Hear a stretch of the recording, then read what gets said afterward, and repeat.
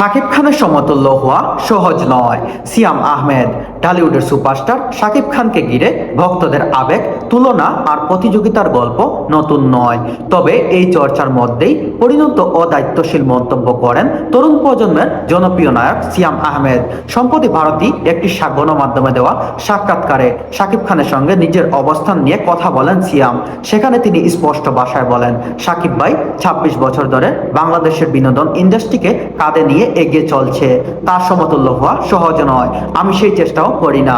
আমি শুধু নিজের কাজটা ঠিকভাবে করে যেতে চাই। আসন্ন ঈদুল ফিতরে শাকিব খানের অভিনীত সিনেমা প্রিন্স ও সিয়াম আহমেদের সিনেমা রাক্ষস একসঙ্গে মুক্তি পেতে যাচ্ছে। ফলে বক্স অফিসে এই দুই তারকার ছবি মুখোমুখি অবস্থান যাচ্ছে।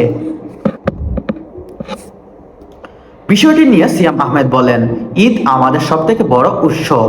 এই সময়ে সবার সেরা কাজগুলোই মুক্তি পায়। সাকিব ভাইয়ের সঙ্গে আমার সিনেমার জায়গা পাচ্ছে, এটা আমার জন্য আনন্দের। প্রতিদ্বন্দ্বী হিসাবে সাকিব খানকে কেমন মনে করেন সিয়াম আহমেদ?